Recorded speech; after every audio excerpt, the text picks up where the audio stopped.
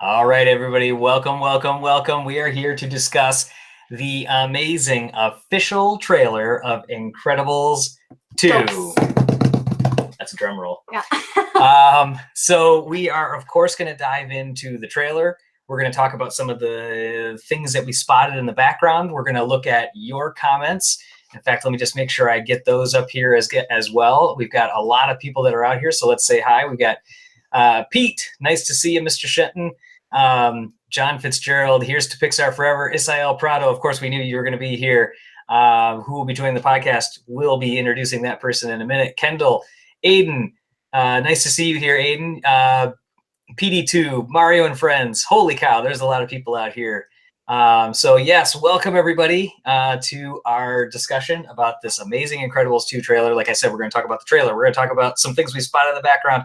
We're going to talk about your insights. So if you're watching this on YouTube, hey, Jace Steele, nice to see you on here as well.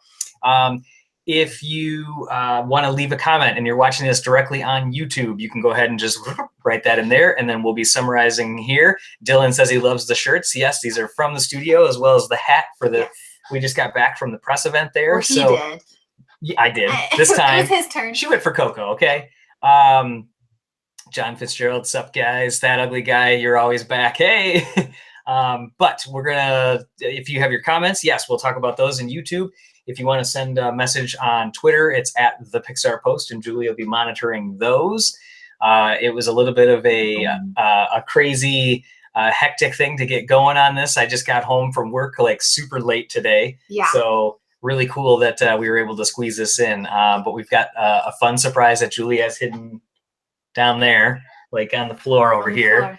So that'll be a cool little surprise here. But so, of course, I'm TJ. I'm Julie. And we are joined, as usual, by a special guest. And this time we are joined by none other than, as you would expect, Dan, the Pixar fan. Here I am again. Hello, everybody. That's right. So he's got an Incredibles themed shirt on here, too. Yeah. Oh, I sure do. It's not from the Pixar Studio store like some people, but it is, I think it was Fifth Son from like last year. It's a good one. It's American flag, Mr. Incredible. Can't go wrong. Yep, absolutely. So, so what do you think? Should we just dive right in? Oh, yeah. I want to know what's on the floor. What the heck? I don't even know what's going on there. No, you do not. Nobody has been told. This was a last minute thing. And if I really had I wanted to do something else. I have like a poster size thing that I was going to put down. Soon. Yeah. All right. I'll be patient. Small though, not the big one. But regardless, so yes, here's to Pixar Forever. Nice, incredible shirt. I like Mario and Friends, the Cars 3 reference. Name's Danny, bro. Yeah, I know. Yeah. Good one, man. And hello, right. Dylan. Yes, absolutely. So, okay. So what do we think are our first impressions of this? And I'm going to jump in real quick. Usually I throw it over to either Julie or Dan. I'll go last. No, it's okay. I just want to throw it in first because I don't know, and I want your guys' opinions on this. Has there been a Pixar trailer that has been more, or that has created more anticipation and hype for a film than this one? I mean, when this was done, I was goosebumps. My heart was definitely like elevated. I was pumped. So, okay, so what were your thoughts after you saw this, Dan? Let's see. You know what? I watched it this morning on my phone in bed. It was like they dropped it early. 8 a.m. Eastern. Yeah, like I had woken up and I like rolled over and like I'd already had the notification. And so like I don't know if I was quite as like buzzed about it as you were. Like I didn't go crazy about it when I first watched it. But then after I watched it a couple more times, I kind of like snapped myself out of it, woke up a little bit more. I definitely can see where you're coming from. And it was a lot of fun. Yeah, absolutely. So That Ugly Guy says definitely best trailer by far. Aiden says first thoughts. Oh man, I'm still geeking out about it. Nice.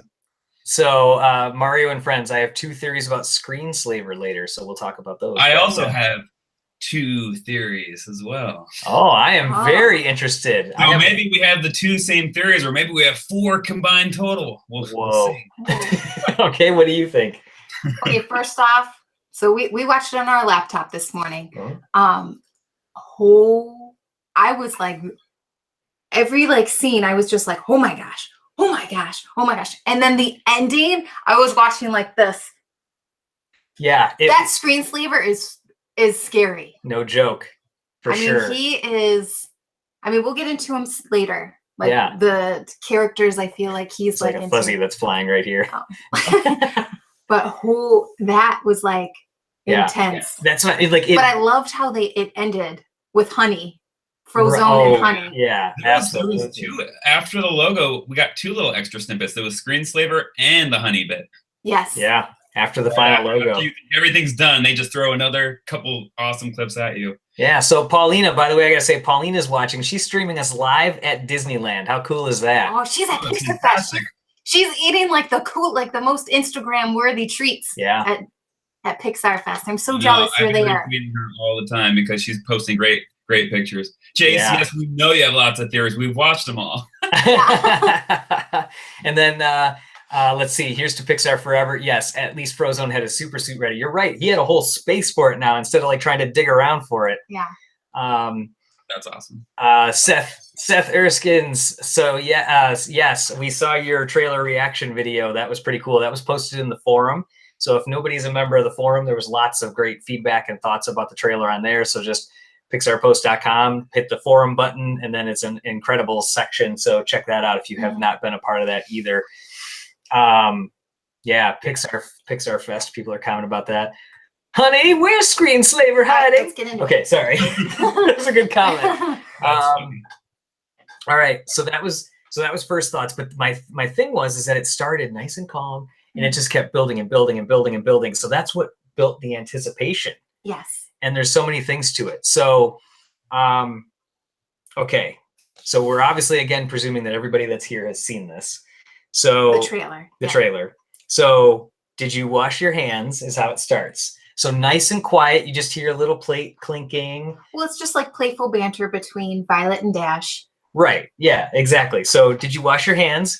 He gives her a frustrated look, rushes off with soap, rushes off. Did you dry them? Now that exact conversation I have heard with my nephew and my sister. So that was funny and totally real life. Mm-hmm. Well, everyone who's ever even like, whether you have kids or not, or if you have nieces and nephews, or you have little cousins or whatever, everyone has heard that, and everyone's asked, "Hey, did you wash your hands?" And usually you get a yes, but I always usually I'm skeptical because yeah, that's doesn't usually look like it. But so I totally get it. Everyone can relate to that one. Yeah, absolutely. And the other thing I thought about this scene in general, and I want to know what you guys think in the comments too. The thing that makes this scene so good and a great way to open it is immediately relatable. Not just that comment that we talked about already being relatable, but the whole thing immediately relatable because you're around a kitchen table. Mm-hmm. It's very much like the Inside Out starting out, like that first teaser that they did for that at D23, where you get the conversation. It's something that everybody's used to because we all have experienced it. Sitting at a table with their family. Exactly. So just like, I thought it's like such a good way to warm it up. Mm-hmm. But I thought it was also cool though, that Violet is essentially the parent figure here. So she's the one that's like, let's talk about this essentially. Are we going to talk about the elephant in the room? Right. And then Mr. Incredible's being the teenager where he's got his mouth stuffed. What elephant in the room? Mm-hmm. So I thought that was just super cool that it's almost like, and you'll see that theme throughout this, that she seems like she's almost the adult and the rest are being like kids. Did anybody else feel that, get that? I guess I kind of got that when she kind of throws her tantrum. You kind of feel like she's at her wit's end. Right. In that scene where she kind of puts her super suit in the sink and turns on the garbage disposal and then throws it against the wall. Right. Yeah. Yeah, I can see that. Mm-hmm. I had the same thought, not exactly like that, but when Violet was the one asking Dash whether he washed his hands or not, I was like, it's kind of interesting that they threw her that line and not, Helen or Mrs. Incredible being the mom there. So I did have that thought, but your thought process was a little bit more detailed than mine was. Yeah, I got into that just because I wanted to really look at it. So yeah, so many little family moments. Luis Garza says that you can relate to. So special. The beginning part you refer to was so hilarious. I laughed so hard. So that's here's to Pixar forever. So, so Mario and Friends wants to know if we washed our hands before the stream started. Of course we did. Relatively recently, yeah. Yeah, you just went and got water before we started. So that's true. I got it that's right something. here. I was parched. So my favorite line is the next one. I have to say it because it didn't. Like I said, I was kind of tired at first, and admittedly, I haven't even watched it on my computer monitor yet. But the second time I watched it, this line cracked me up. Who ordered all the vegetables? Oh yeah, yeah. That's just like such a him thing. Who ordered all the vegetables? Like all the vegetables. I just thought that was so funny. Yeah, right. Yeah. What is this? All vegetables? Who ordered the vegetables? Of course, I have all my notes. So yes, I transcribed it all. So I did. So are we going to talk about it? What, Mr. Incredible? The elephant in the room. What elephant in the room? And then this is when it changes gears. And I thought it was so cool how it starts to blend. It does the quick, the serious music as far as Mrs. Incredible crashing through the helicopter. So that was super cool. I'm actually going to go ahead and just share that so we can take a look at it. Dan, do you see that? Yeah, so this is good. Now I can get my peak bigger. Yeah, so here you go. So, yeah, with soap, runs off. I love the little pitter patter. Yes, when he goes. Yep. You can even hear the soap going like. Who ordered all the vegetables?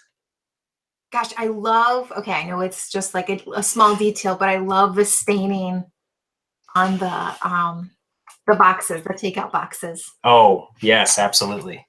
Right in there. How it looks, like wet from the steam. Exactly. Yeah, and you can see the I little. mentioned that last time, like the residue on the top there. Mm-hmm. Yeah. So also awesome lighting. It's kind of like a little throwback over here with Jack to Inside Out too, when she was eating broccoli, Mm-hmm. but he likes it. So yeah, then it goes to this scene. Like you get to see this helicopter, and then she goes flying up in here. So this is the first thing that I wanted to ask about, which is like right on the helicopter, right in this area. So what do you guys think ULN stands for? ULN is on there. Is it a U? That could be one of a trillion things. I know. So yeah, so somebody just said here at 29 seconds, the logo says ULN. Yeah. Yeah. So the city that they're in, because you can see it on the sign behind there too. It's Urbum. New Urbum is the city, and then it says S and loan. So obviously savings and loan, like it's a bank. So is the U Urbum, and then what's the LN? Like it could be Urbum. I don't know. I know. So yes.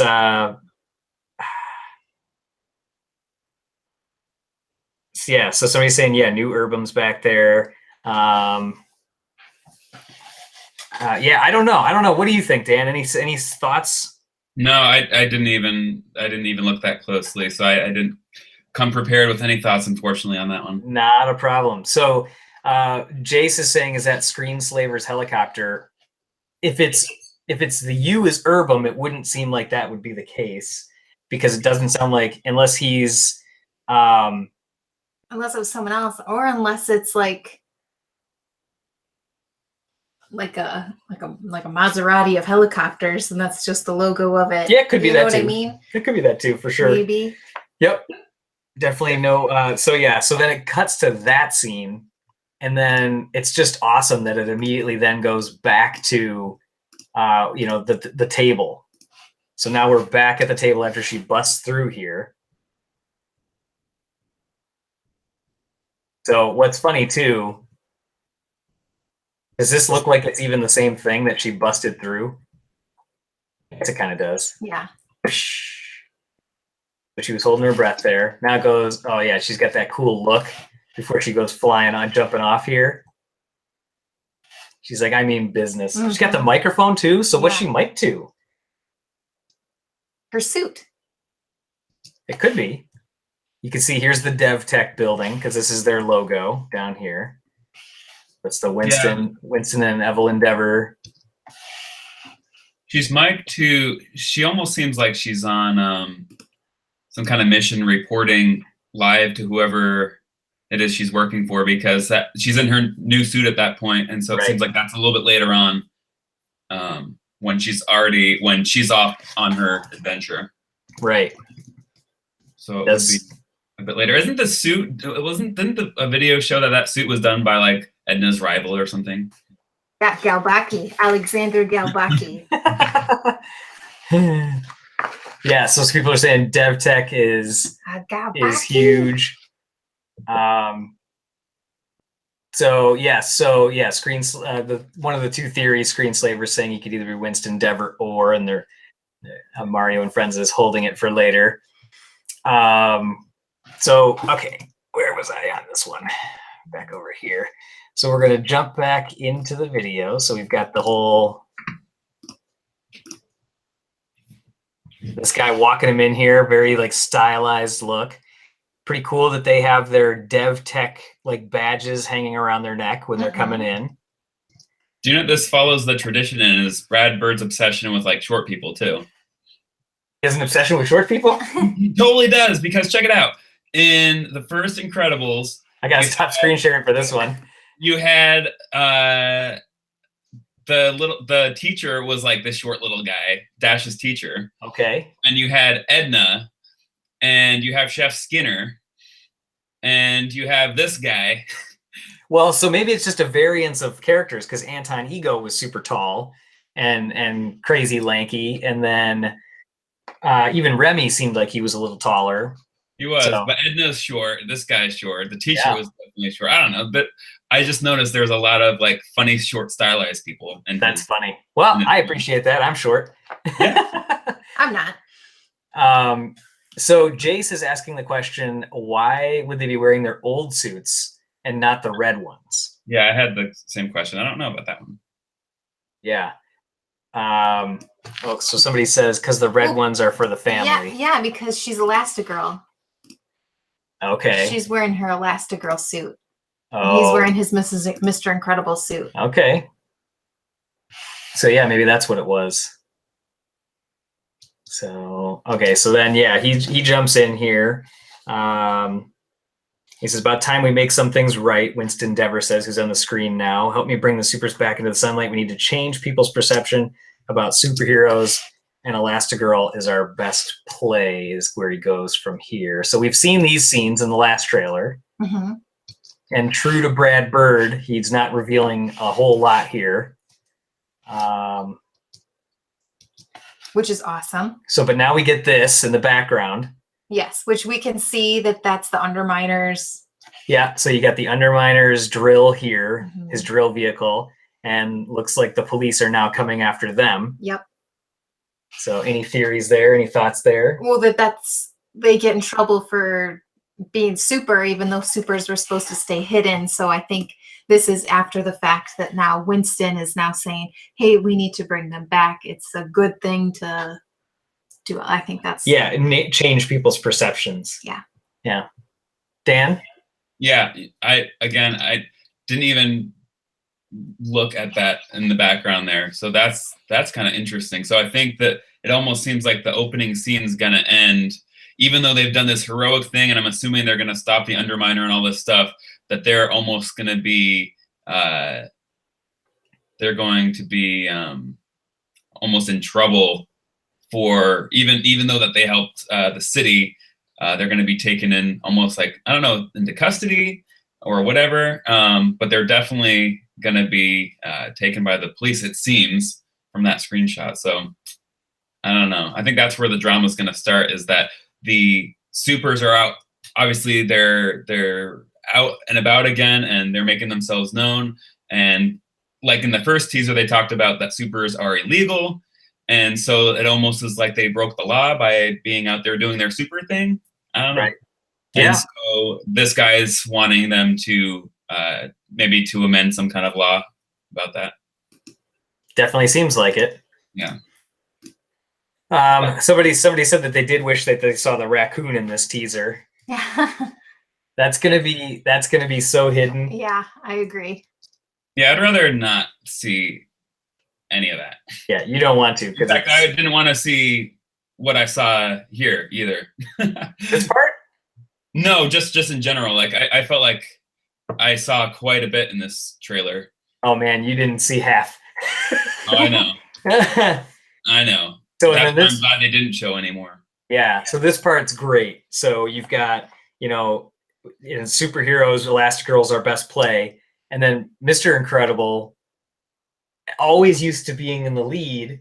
Mhm. Helen was taking the back seat. He comes in with better than me, and I love her face drop here. She's smiling. You see the eyebrows go, and then what? And I love his hesitation as he says it too. Yeah, he's like, wait a He minute. almost doesn't say it because he's thinking about it as it's coming out of his mouth. Yeah, exactly. Better than me. Yeah. So then we've got the group in the back here. I love this is when you start to really get into see the 60s design of everything and how Yes. cool that is. I did notice that the first one, even though we do know because it's in the newspaper or whatever that it is in the 60s, Yep. it was still always kind of vague because it was like this weird hybrid of new age and new technology and retro, and you never were quite sure. This one I feel like plays way more on the 60s designs, and it seems way more like a period piece than the first one does. Like the old cameras you saw in a couple screenshots ago, the old cars, the old 60s style hair and clothing, like when Mrs. Incredible is waving to the girls in the car. They're definitely old school. The TVs at the very end that are in like the shop window. Yeah, so I feel like there's a lot more. It's much more of a period piece this time around. Yeah. So somebody's asking about does anybody know the runtime for the film? I can tell you it's long. It's another one that's gonna challenge their max length. So it's up there. Yeah. Well, the first one at the time was definitely its longest. Yep. Pixar's longest. And then I think Cars was their next longest. I don't think that it was longer than The Incredibles. Actually, it might still be their longest to this day. That The Incredibles is? Yeah, I don't know. Yeah, I know that I can't say much from our trip, and I'll say a couple things that aren't anything that aren't going to matter. But when we had our discussion with Brad Bird, which, by the way, was amazing, and we'll talk more about that soon. In fact, very soon, stay tuned to the next podcast episode because we're going to release our interview with Brad. Yes, the podcast is finally done from hiatus. Brad, where was I going with this? That he talked about the runtime. He talked about that in the first one. He had a hard time because I could talk about that. The first movie that he said he didn't want to cut anything, and he was like arguing with him the whole time about not wanting to take any more out, and he was kind of doing the same thing for this one. So just it's a packed one. Cars 1 was 1 hour and 56 minutes is what people are saying in the comments. So it's going to be. So this is funny. So I typed in Pixar longest running time. Yep. The first thing on Google is a post I did on your forum back in 2015, where I actually list them all in order. And Cars is 1 minute longer than The Incredibles. Okay. The Incredibles is 107 minutes, and this isn't going off of what it says online, because that takes into account opening logos and credits. You remember I did it. You did it just from the DVD when like the logo came up. Exactly. Yeah. Yeah. So Incredibles was 107 minutes, Cars 108 minutes. So, and Ratatouille is 103. So Brad Bird's two movies are some of the longest there. Yep. And I'm sure this will be right up there, if not the longest one. Yeah. Kendall's saying Cars 3 was an hour and 42 minutes. And TOLNDG is saying that they're not sure if Void is a man or a woman, and it's definitely a woman. Yeah. Yes, but Jace is asking when we could say everything. I can't say because it's going to be in stages because they have certain demands as far as embargo dates, and certain things we actually can't reveal until after the movie is already out either. So that is going to be super cool, but that's obviously held because we don't want to spoil anything. And Wow. I've already said Brad Bird is very secretive with his films, which is why I say you guys haven't seen anything yet. Which is why I can't believe that Screenslaver made an appearance. I know. I'm surprised that he did too, because Brad likes to save so much. But I can tell you, there is still so much that you guys haven't even brushed the surface of, not even hinted at yet. So, all right, I don't want to say anything. Yeah. Let's see. So, okay, so we leave off here. We've got the styling. People were saying, Dan said that, it kind of pushes it a little further. I think the other one had a lot of influence, but you're right. This one, they did a lot more research into. Well, I just love the interior of this car. Like, basically just the sets design on that, the leather, how it's kind of folded a little on the top. How it's not like perfect, how it's like that crinkly. Oh, like yeah. Yeah. The flap in the car door. I mean, that's literally how the cars and they still are. Yeah. They still are. When the leather can't ever be perfect. No, but like back then, like a 60s style car. I love that. Yeah, you get the actual like leather texture going on over here, and Jack's car seat is like not even an official car seat. It's just like a booster. Well, you can't even imagine it now because of how strapped in they are. I don't think we really had car seats. I did, but it wasn't anything that was, it's nothing like today. And Luis Garza is asking if I'm allowed to give my initial reaction to the first 20 minutes or so that we saw. No, not yet. Soon, very soon. So there's people are saying, isn't that Rick Dicker's car from the first film, which is the like FBI, if you want to call him agent, that was helping out the Incredibles? Possibly. We'll have to get a closer look at it. I don't know. They show it kind of coming around the bend here, though. So I think this.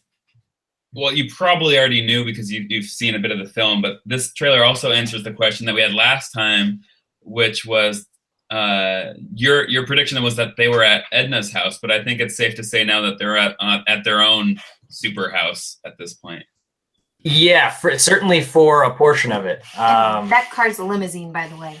Yeah, definitely, because it was longer. I don't know if Rick was in a limo when he was helping Mr. Incredible. Oh, I don't know. So it could have been. But yes, this is definitely a different house for sure than Edna's, at least because they wouldn't be coming into it like busting in like I love Mom's new job, which is what he says here. So whoa, right, I like Mom's new job. This is the house that they basically give them for relocating and everything like that. Right.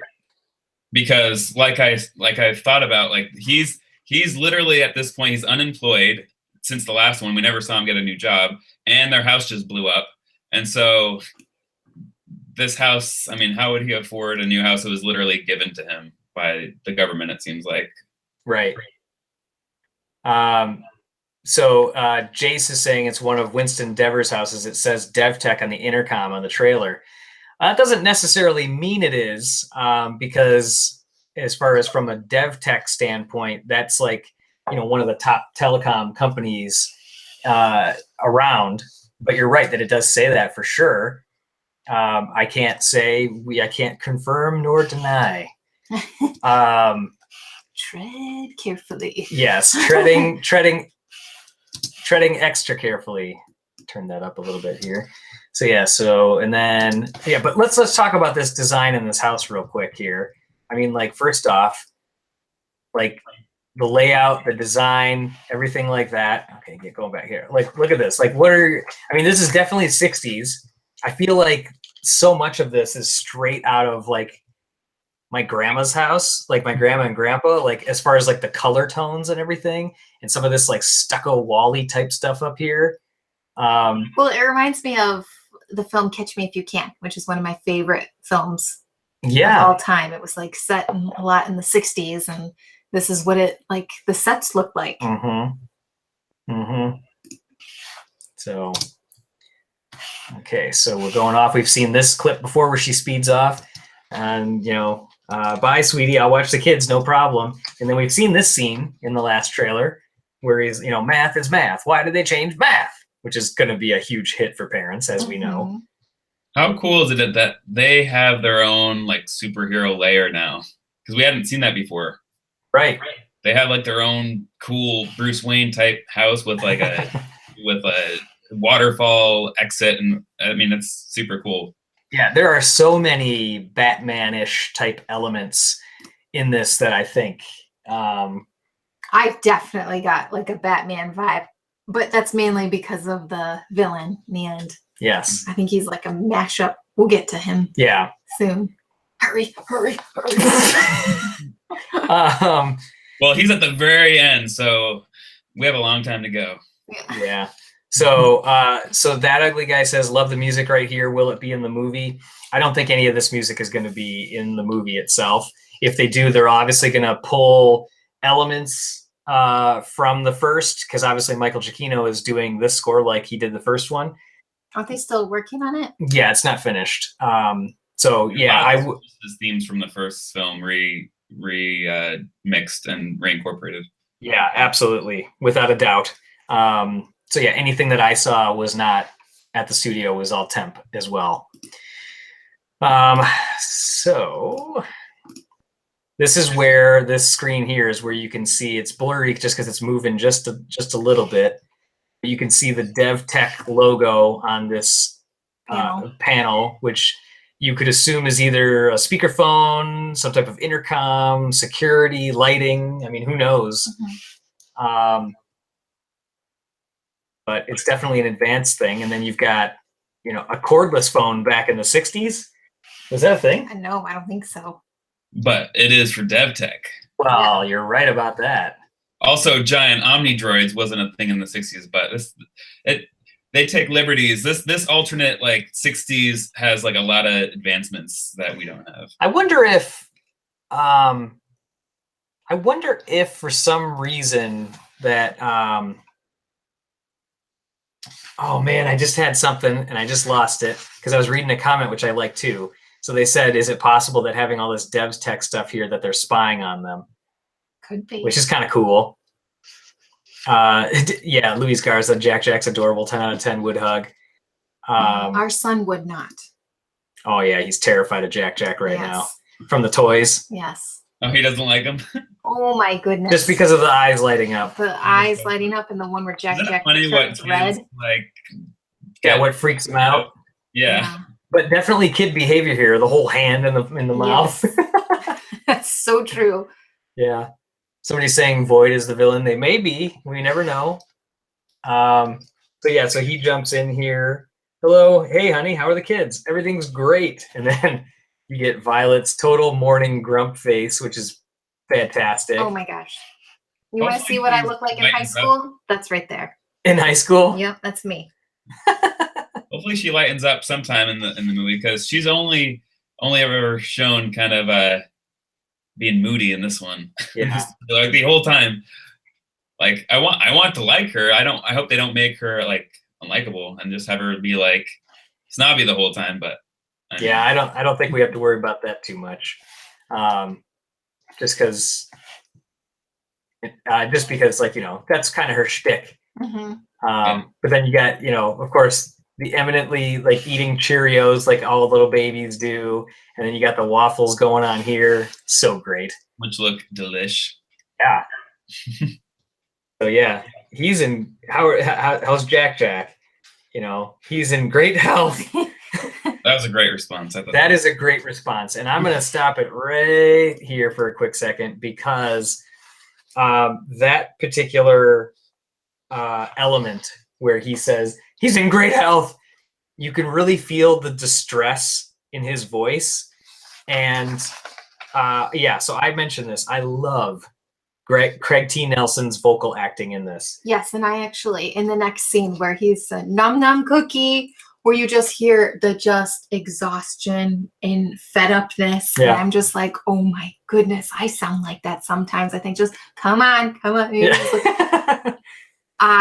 That really stood out to me, that vocal work, because that's amazing. And it's incredible that this film is 14 years after the original one? Correct. Which is probably 3 years before vocal work was done on Incredible. So it could be that 17, 18 years before vocal. And it seems like both of them haven't aged. Their voice sounds the same. Yeah. The upbeatness, I mean, it's perfect. Mm-hmm. But yes, I think Craig T. Nelson was that vocal. Yeah. So I wonder how old he was So if it was, say it was recorded in 2002 or 3, I wonder how old he was then compared to now.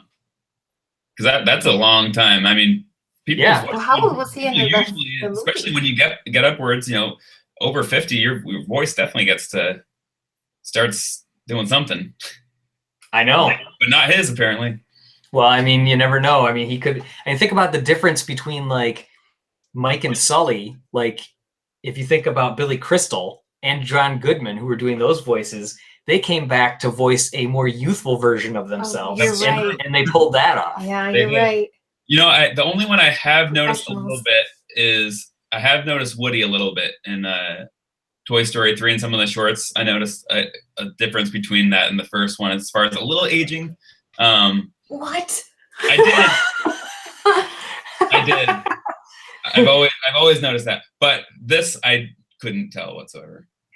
So that ugly guy is saying maybe Violet's grumpy because things didn't go well with her and Tony Loaf. Maybe.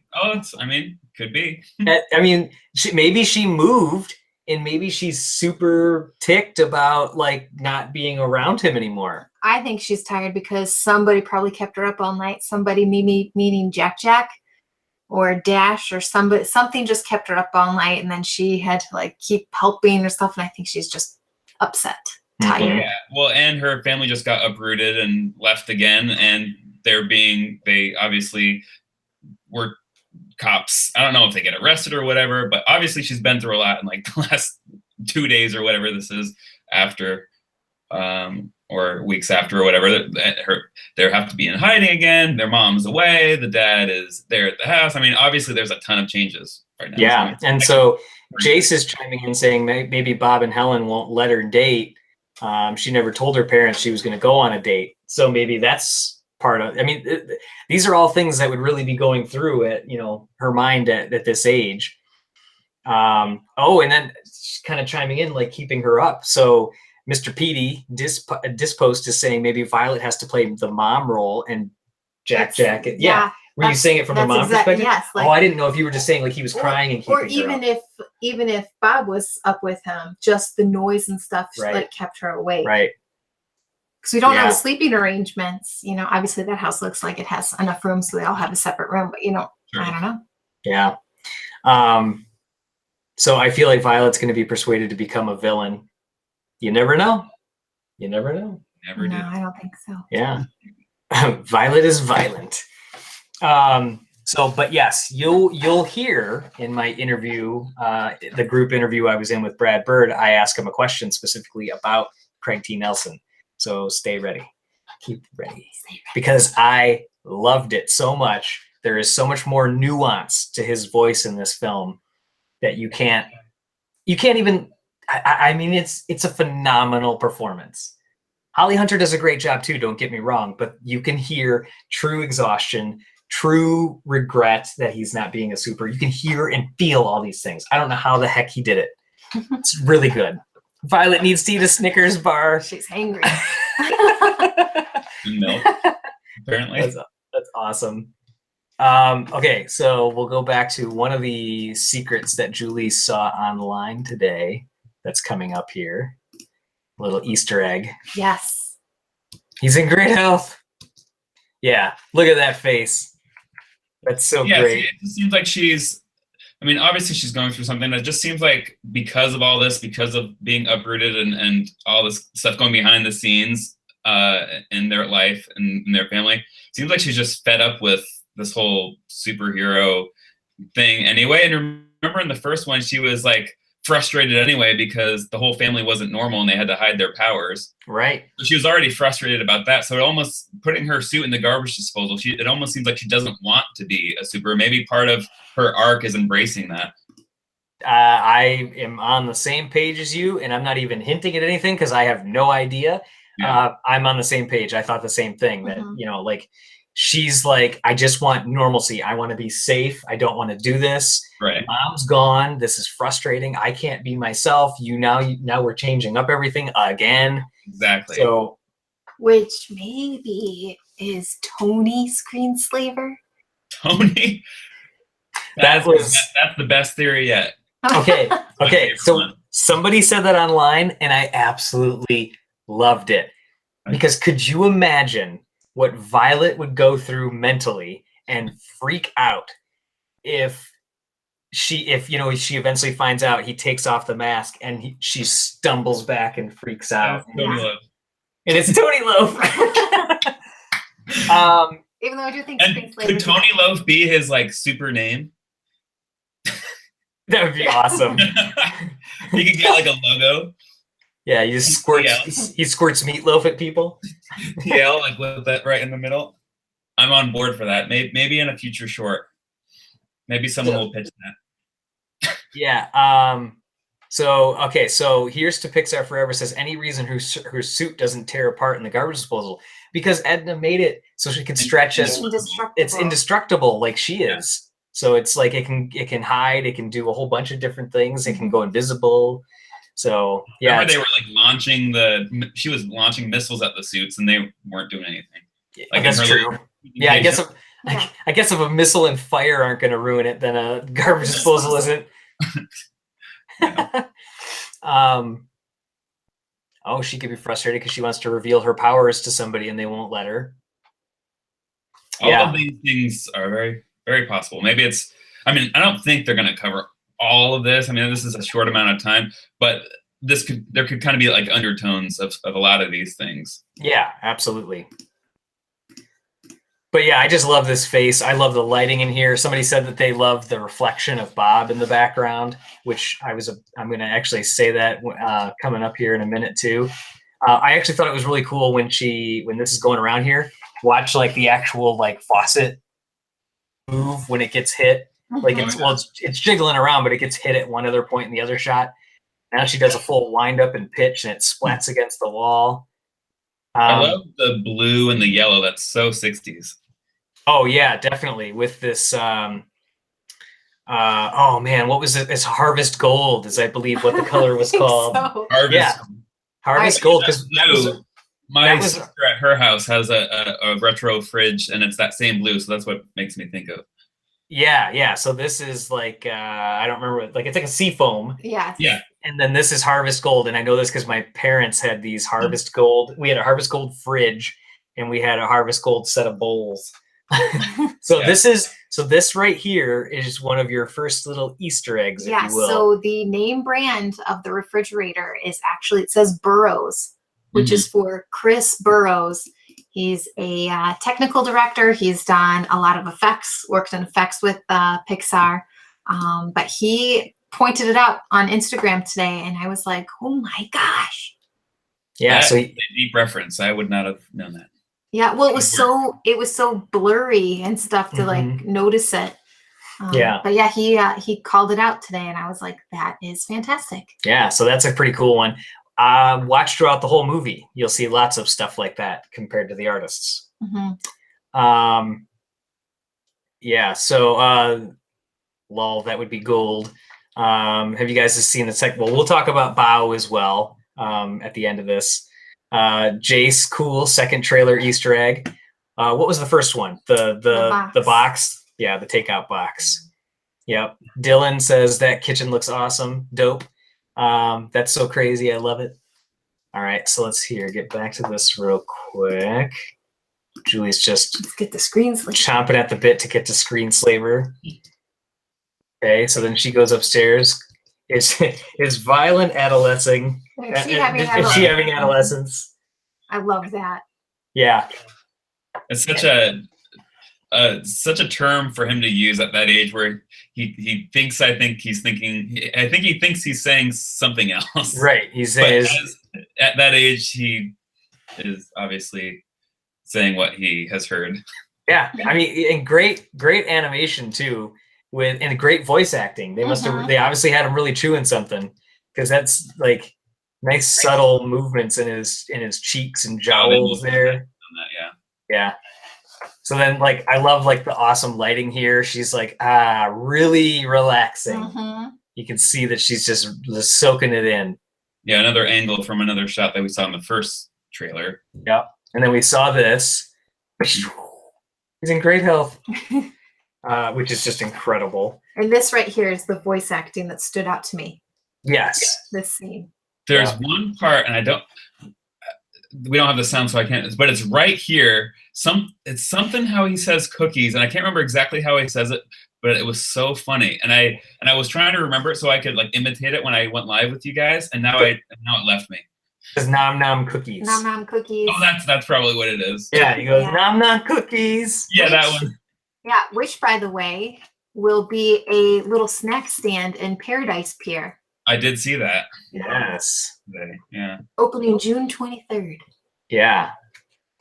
So yes, people are saying they had to recast Dash as a vocal actor. Absolutely. This is true, but they did a dang good job finding this kid. You know what's funny is we thought they did a pretty good job with Nemo, but this is spot on. Right. So Huck Milner is the new vocal actor, and this is. I mean, you can't tell a dang difference at all. It's unbelievable. How did this kid, like, how did they find someone? And I said this last time, but I'll say it again. Dash's performance in the first one, that kid, the way he talks and the way he acts was so unique to that character. And to find someone who literally can do those same mannerisms in his voice at that age is like, wow. I know everything. So somebody's saying that cookie part is going to be in the Incredicoaster ride is what they're hearing. I mean, it would make a lot of sense. And Jace is asking if we're going to the premiere opening of Pixar Pier. Not sure yet. That's in the work. We will be at Toy Story Land opening. So if anybody's going to that, let us know. So yeah, that's going to be exciting. So let's see here. So we'll keep tearing through this. He gives him the cookies, exhausted. And there's from a different trailer, we see him. He's like, I can't keep feeding them cookies. And then he gets upset. Yep. And then And now we're back to the beginning of the film there. Right. And this is an amazing piece of dialogue that I thought was so mine. Yes. So I know it's crazy, right? To help my family, I have to leave it. To fix the law, I've got to break it. Like this. And it's true. Yeah. So I wrote down this specifically because I wanted to read what I wrote. So this is an amazing line. It shows a real depth to Helen because we all have doubts when we're facing new challenges. So she's kind of backpedaling a little bit. So she's like, should I be a super? Should I be doing this? Like, I don't know if I want to go and do this kind of stuff. You're watching the kids. I got to do this. I got to break the law to fix it. I got to leave my family to, it's just so support it. Yeah. Awesome. It adds depth. It's a real feeling. Yeah. It adds depth to the story and it adds depth to the character. So that's both like things you could ever want to hit. And then Bob says you've got to go so the kids have a choice. Were you going to say anything else about that line, Dan? Because I know you were liking it as well. Just that it stood out. Yeah, absolutely. Really well written. Yeah. So then this part's just awesome. Just like the action-packedness of all this. And this scene, incredible. Second time she's busted through a window. Yeah. She's very heavy on the breaking the glass. So this I had a comment on. Okay. Go to when you actually kind of see him fixing her glasses on her face. My thought on here is the striking contrast between the old lady, the animation of the old lady that Mr. Incredible helps in the first one to this is so not jarring, but you could really tell if you go back and you compare this old lady to that little lady, it's like night and day. With squeakers, yeah. But squeakers, exactly. It's almost incomparable. Right. And I love the fact that the reflection in the glasses is totally accurate. Yes. Like you could see her eye and then then you can see beyond her cheek, but it's still drawing her cheek because her cheek would be down here, but it draws it up here like this. Like that's exactly how it would be. I'm zipping backwards for 1 second because there was one other thing I wanted to talk about. I'll find it again. It'll come up. So, they go flying through here. She goes through this. So our kids have a choice. He helps her out of the way. She doesn't even think anything of it. Thanks, young man.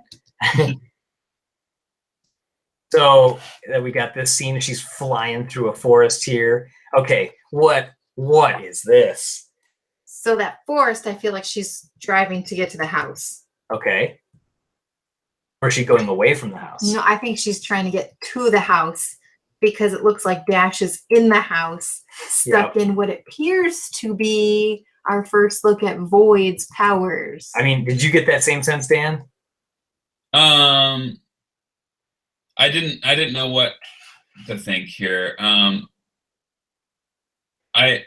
know it seems like someone is. Well, we know from the Lego set that there's going to be some brick that hero or the villain or whoever it seems. I guess it's a hero, or a wannabe hero. Brick is going to be involved with like some kind of house attack. Okay. Due to that Lego set, I forgot what the Lego set was called. But that. So I don't, and I still don't know. It's not clear to me yet. It seems as though there wanna be supers, but then that also seems like they're bad in some context. Like the Lego set, the character looks bad, and it said like Par Family House Attack or something like that, or Brick Attack or something like that, where it almost seemed like they were attacking the Par family. But I've also heard that they're actually other supers, so I don't know. I'm still unclear about that. But are they bad because their minds are being taken over by the Screenslaver? This is actually a great thought. So maybe they are supers or want to be supers, but they are doing the deeds of under hypnosis or whatever. Yes, so that is exactly what I think. So this is Jay Steele's theory as well. He just said Void is under Screenslaver's hypnosis. You and I think alike. That's what I think. Yeah. So this was the surprise, and we have a poster of size of this downstairs. We use straws to tape it. What the heck did you even do to make that? Printed it on 11 I asked by. them to print it at work. Yeah, to print it on 11 by 17. But what did you just go to the HD of the trailer and screenshot that? It's the lead image of our post. The lead image of our post. Oh, that is so funny. So now we're gonna keep this around. It's just gonna be in the background probably forever. So basically, if our theory is right, then his plan is, or part of it at least, is taking over the minds of the supers and having them do his dirty deeds. Not just the supers, but everybody in the city. Well, everyone, but in this context, what I was talking about, the supers as well. Yes. Because if you get supers on your side via brainwashing, then you have all these powers at your disposal, which you wouldn't have if you were just brainwashing the average person. Yes. And if you notice, when we get to the Screenslaver part, you'll see Helen in the back going like this, so she's not even looking at the screen. Right. She knows what's up. Mm-hmm. What it seems as well is whoever this villain is, and we'll talk about that in a bit because we all have our theories, but whoever it is, it seems like part of the reason why they want supers in the spotlight is because the more they're in the spotlight, the more media people watch. The more people are watching TV, the more people are, I guess they're not looking at computers because they don't really have that. But the more people are watching screens, and so it almost seems like the Screenslaver is having getting the attention out there on screen so that more people are viewing. Yep. Like part of it, maybe. That makes sense to me, but we'll see. Yeah. Because there has to be some reason behind why the heck that they want to bring supers back to the spotlight, but there's also the motive of brainwashing. So there's like two things going on at the same time. I'm trying to connect them. I don't know. Right. Yeah. So John Fitzgerald is saying that I seem to have a little theory here that Void is a descendant of Syndrome because the rising action of this is almost the same as the original. That would be interesting because she's a wannabe, like Syndrome was a wannabe. But she actually has a power. Real power. Yeah, she has a real power. Yeah. And this is like literally right after. There's I don't know. A descendant sounds like it's later on or something like that.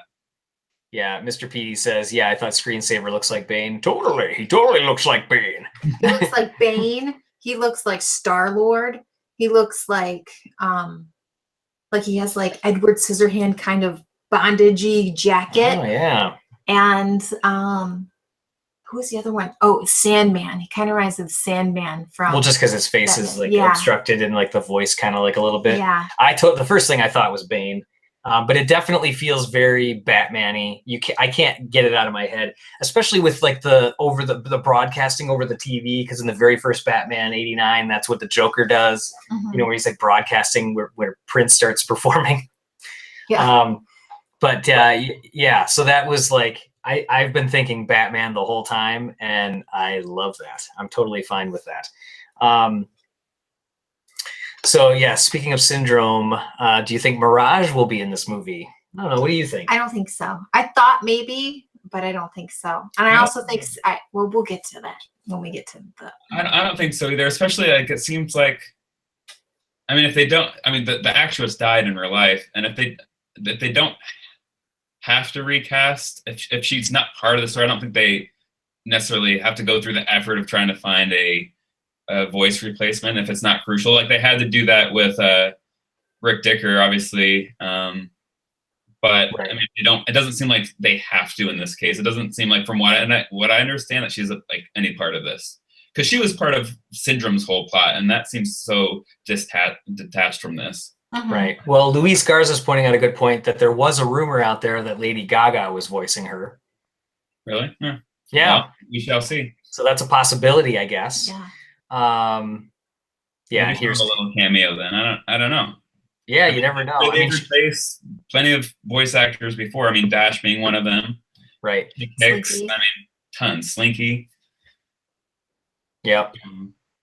Let's get back to the trailer. Okay. People are talking about Syndrome again. People saying he got shredded.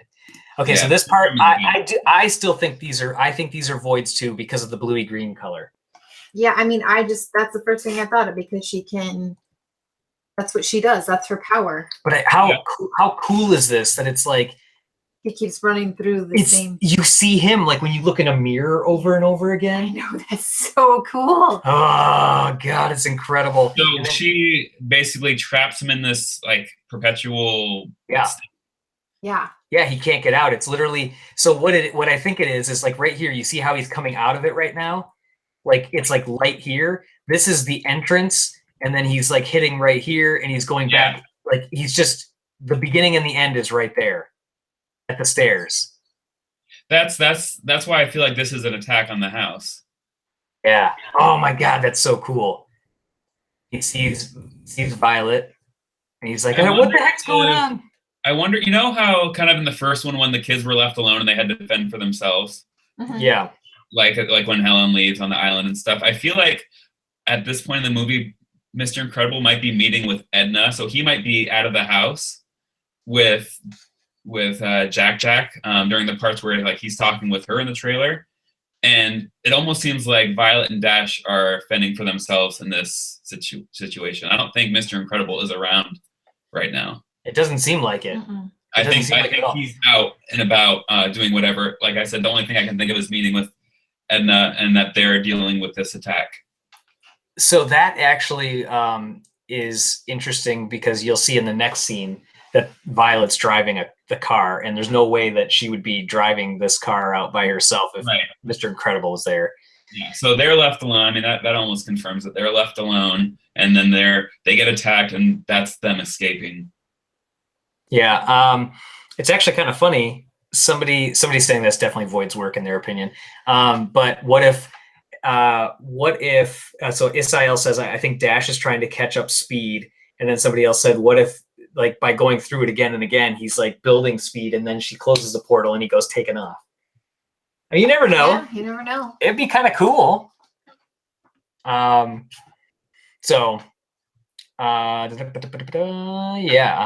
is carrying Jack. Yes, he definitely is. Well, because I feel like the Screenslaver something wants Jack. That's what I think. Ooh. Because I think Jack's going to be the most powerful super of all time. Syndrome also wanted Jack, so he's in high demand. But was that? I don't know if Syndrome knew though, because he didn't know. I think he just wanted it to, because he knew that the Incredibles were coming back for him. But I think. That's true. But he also was going to take him to be his next sidekick. Oh, that's true. He does say that, but yeah. Yeah, He you says, you never know. He could be a good sidekick. right. I don't know. So okay, so then here we I think go. that people want it. So here's where my theory of Violet being like the ultimate protector and super of this movie is coming into fruition, because now she's helping the family. She's trying to protect the family at the beginning by keeping them away from danger. Then she's like frustrated. She's going to storm away because she doesn't want to do this because she knows they're going to get hurt. Now at the end, or wherever this is, she's protecting them again. And there's this awesome scene coming up after this. So you've got this runaway train that Helen tries to stop by kind of ballooning out the same way she did in the first one. And you've got them spinning in the car. And this is sneezing on camera. This is definitely only Violet, Jack, and Dash driving the Incredimobile. Yep. So they're spinning around. Then you've got back to the beginning here, I guess, with Underminers. I love this shot. Okay. What do you love about it? The concrete, the dust, everything. The lighting. Yeah. I love that shot. That is a really good shot. It's really pretty. Even though it's total destruction, it's really pretty. It's really pretty looking. I get what you're saying as far as like the framing and the layout and all that. It's Yes. very nicely done. I like it. Okay. Now, is this the first that we're seeing this where she's actually like throwing force fields to break debris apart? Yes. I think so. She did not do that before. How awesome is that? And that's still at the beginning. So there must be a moment where you see her kind of figure that out.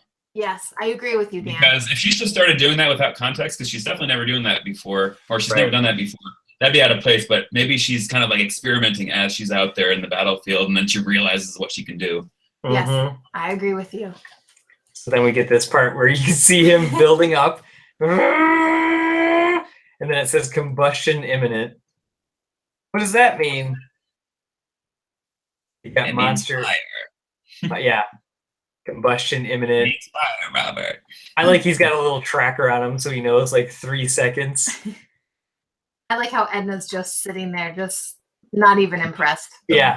Look at how far that fire is thrown. I mean, is Jack not the coolest? Jack, and Dash. I mean, but Jack is everything. I wonder if Jack will ever just stop being everything and just be one, or if he's just going to be like totally off the wall. You never know what he's going to be like the whole movie, or if he'll ever like come into himself. Yeah, you know what? It's funny because I thought about that. I'm like, will he like kind of outgrow this like fiery personality? Do that gag for so long. I mean, is that going to be like the whole movie of like Gremlin, or like not Gremlin? What do you call it? Like little demon guy, fire guy, lead weight guy, laser, like fire, all this stuff. Like it seems like there's a lot of that, or maybe they're just showing a couple parts where it happens. But it seems like at one point it would need to just like chill out a little bit. Right. Well, Luis is coming back with now Jack needs to eat 50 Snickers bars. Oh, and bye, Paulina. If you're still here, she said she has to run. She can't finish watching live. We appreciate you really taking the time. So that ugly guy and Jace are both saying that Jack is using multiple powers at once. So he turned not only into the monster Jack, but he's also on fire while he is the monster. So yes, he's now like blending Jack of all traits, Jack of all trades, Jack of all traits. Nice. Luis is saying, I wonder what his laser eyes would have on Violet's force field. Like, would that affect her? Would Jack's lasers? But she can block pretty like anything now. So yeah, I don't know. You never know. But is he the strongest character? Because Dan was saying, as he's saying, he could turn in everything. The toy packages, which some of them are like back over here in this area behind me, that says that he's a character that can morph into essentially any and everything. So he's a polymorph. So that's something that, you know, we shall see. I wonder how cool would it be if, like, later on, and he's still kind of a baby, so I don't know how much he can actually grow in this one, but it would be cool if they could start using, if he could control it more and use that morphing to their advantage, where he could morph into something to get past something, to achieve, you know, some task they're trying to do, like be able to control it to the point where it's like actually like handy and not just like sporadic. So I had an idea that it could be like he goes, and this has been in something else, but the first thing I'm thinking of is like the Pirates of the Caribbean ride from, what is this? Oh yeah, where they're like the dog with the keys. Yeah, like the prisoners are like, come here, puppy, come on, dog. I think you could get Jack to do something as long as they bribe him with cookies. That's what I mean. I like, so cookies are going to be a big part. Is Mr. Incredible going to have like a cookie in his suit, and he needs him to like go through a wall because he can walk through like walls? And that's do what all I'm this saying. Stuff. Use that to an advantage and control it a little bit, or like turn into liquid and go under a door, or like something like that. Right. I think it'll be Dash and Violet that do it. I totally think you think they're going to be the ones that are going to do it? That's going to be such like a fan, like a I don't want to say like a fan service moment, but I guess that's kind of what it would be. Like everyone would go nuts if Jack finally did a power that achieved something and helped the greater cause. Like everyone would go nuts. Absolutely. So that's got to be in there. It's got to be. All right. So here, let's just get back to this part real quick. All right. So he's on fire. We get the final logo. You think it's going to end. Screenslaver, Julie. And then it says exclusive footage. And it's Channel 2 News. And then you start to see him come into frame here. And then, holy darkness. Oh my gosh. The head tilt. The head tilt. The head tilt. Makes it so, and the smoke behind him. So spooky. Yeah, it makes it so ominous. And so he says here, so the Screenslaver interrupts this message for an important announcement. And so this emblem that they have up here, like these diamond-shaped letters that are overlaying, that looks like the lettering at Pop Century? Yeah, well, it just says color for color TV. Yeah, but I mean, like this lettering is like to show like that this is a 60s design, but it's like also like that at Pop Century, right? Yeah. And also a little bit at what's the It's a Small World? Yeah, a little bit. I think a little bit with like some of that. I also looked at, you see these signs over here? So these are radiola. So I looked that up. And there's a whole bunch of stuff about radiola online. It was TVs and it was radios that were French. And so there's an ad of a burglar breaking out of a television. So it's kind of like a Screenslavery thing, but it's like says free, it translates to free the image, new tube image, direct vision. But there's a bunch of ads about this. So maybe so I thought if it's in French, if it's like a French brand and there's like French on these old advertisements, maybe we'll see Bon Voyage. I don't think he's tall enough.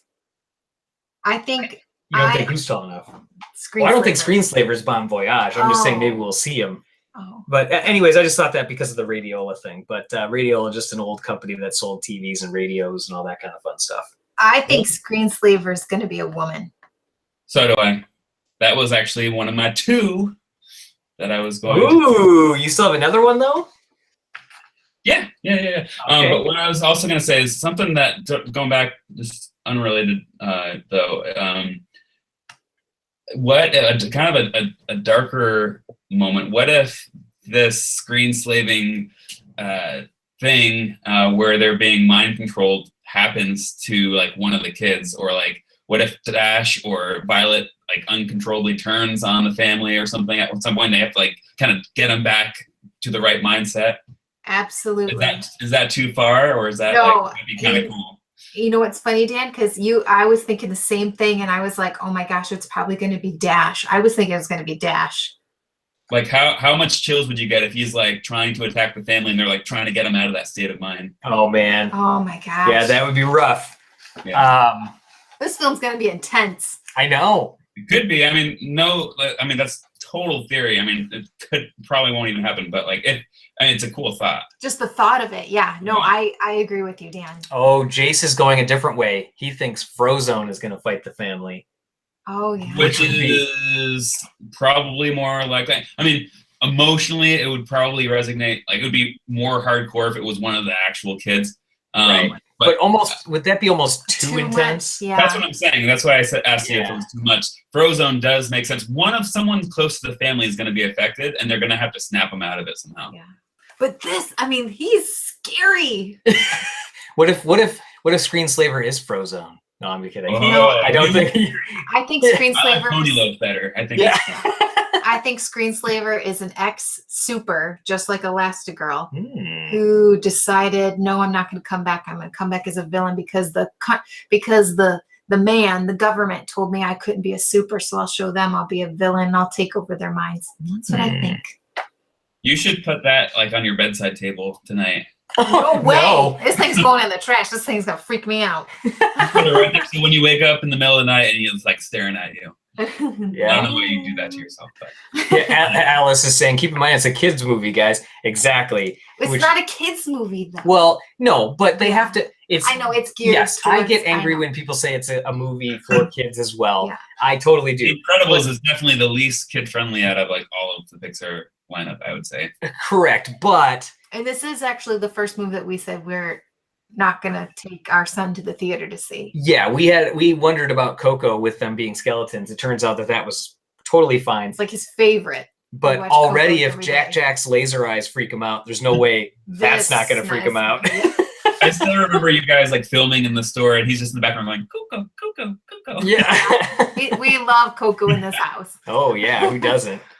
They can do that if that theory does come true. I mean, it's not going to push the rating or anything. It still can be family friendly. When you look at some kid movies, go pretty dark, especially in the '80s. But like they can do that in a tasteful way where it's not like horror, Right. Still make it emotional. That you can do it in a way that can be presented and not be too far. But we'll see. Yeah. Obviously, we're not making this like PG-13 or anything. We're not like making this violent or anything, but they could do it in a way where it wouldn't be too extreme. Yeah.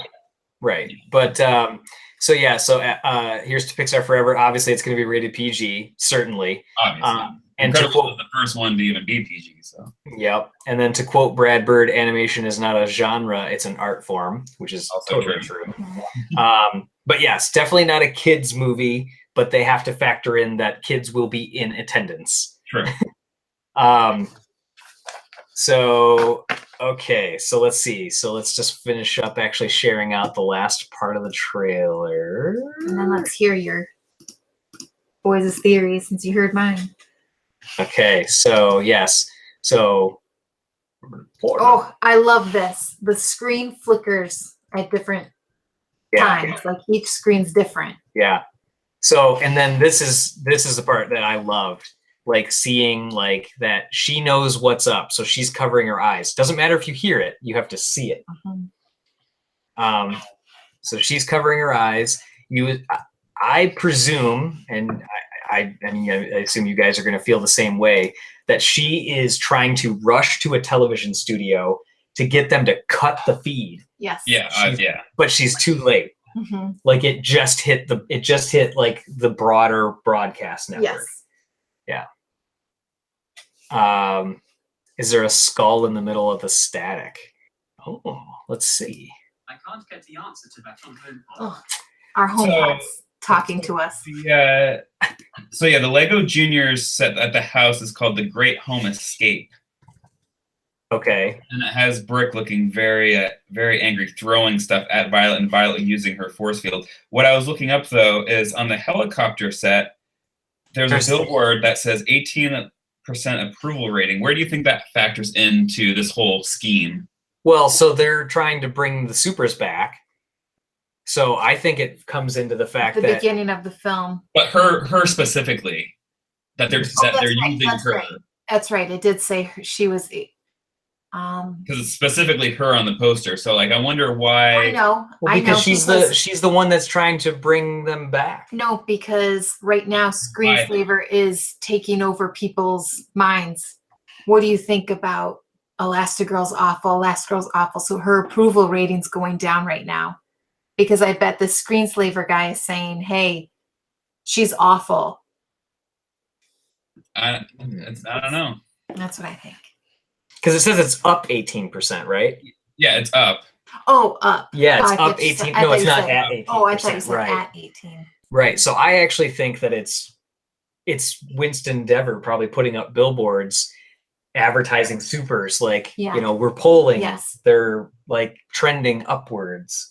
As But he's my like, question is still like from last time, and you probably know a little bit more because you've seen the first little bit, but why it has to specifically, like what interest he has in her specifically, and not Bob and not any other super that we've seen.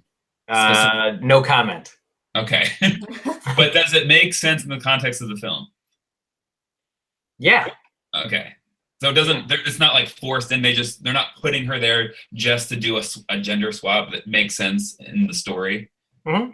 Okay. All right. That's all I need to know, because that was a worry. It's like, why just her? If the only reason is to do her is to do this whole like Mr. Mom thing and gender swap thing. No, I don't. That makes sense. I'm getting tangled up on the chair here. I don't think that Brad Bird is doing anything especially now that I've seen more of it. He's not doing anything just to check a box or fill a bucket. He's doing it to tell a great story. And that's good. That's what I want to hear. Because, but you have to admit though, from the last teaser and the trailer, they don't give any context. They're just like, we need Elastigirl, and then the next thing you see is her riding off on the bike, and they don't give any explanation. Well, they shouldn't at this point. Yeah, exactly. So that's why I only know what I know, and so I'm glad to hear that there's like actually valid reasonings behind it.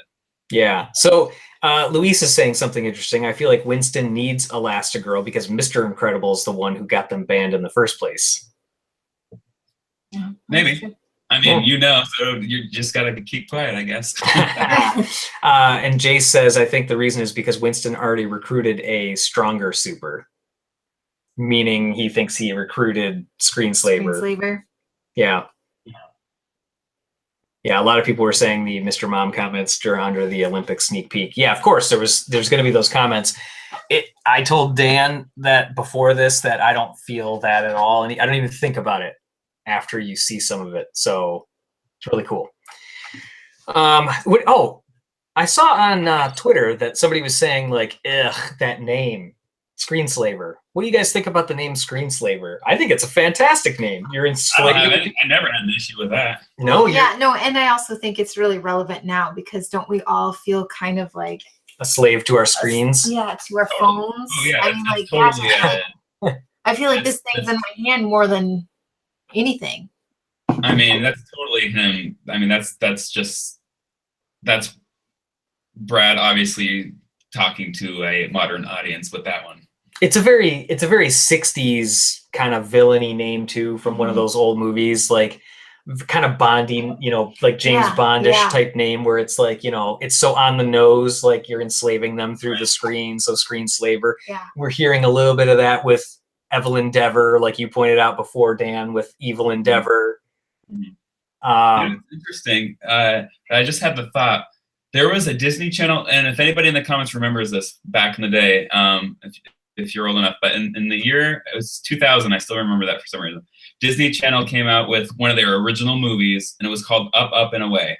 So this was 4 years before The Incredibles, and that told the story of a family of superheroes, like day-to-day life, that kind of stuff, which has similarities, interesting, if you watch it, to The Incredibles. And now that I'm thinking about it, the main plot in that one is this organization that enslaves the kids through computer screens. Which is very interesting because it's like this random original movie from 18 years ago, and I'm seeing like elements, which is interesting. So tell me if you remember that movie, because I can't be the only one. Yeah, I definitely do not, but that's not the first time. There's been other stuff where they've been hypnotized through the TV to do other things too. Yeah. So Jace says, I think it's cool, but how could a screensaver pun work in the 60s? They didn't have computers. But no, I don't think it's about screensavers. I think it's about enslaving people. Right. Right. But that's actually like the first thing I thought of. But then I was like, oh no, so it's not about a screensaver. It's enslaving them through the screen. And then someone's saying that in Brazil that it's going to be called the hypnotizer. Hypnotizador. Oh, Screenslaver will be. Okay. The hypnotizer. Okay. So, I mean, yeah, that makes a whole lot of sense. So that's cool. The localization of the... Yeah, the localization. Mm-hmm. So, okay. And then Jace says he agrees with you, Dan. He remembers that. Okay. So then we've got the final part here. So suit up. There ASAP. Yeah, suit up. It might get weird. I'll be there ASAP. He's got a cordless phone too, by the way. And then he's got his weird. I don't think it's the actual 60s. I think it's still this fantasy hybrid where like this world didn't really exist, but like, because if you watch, especially the first one, they had like the train, almost like the monorail, that like not the monorail, like the big sphere in the jungle. Oh yes. The transport. You have the robots. I mean, it's a very 60s vision of the future version of.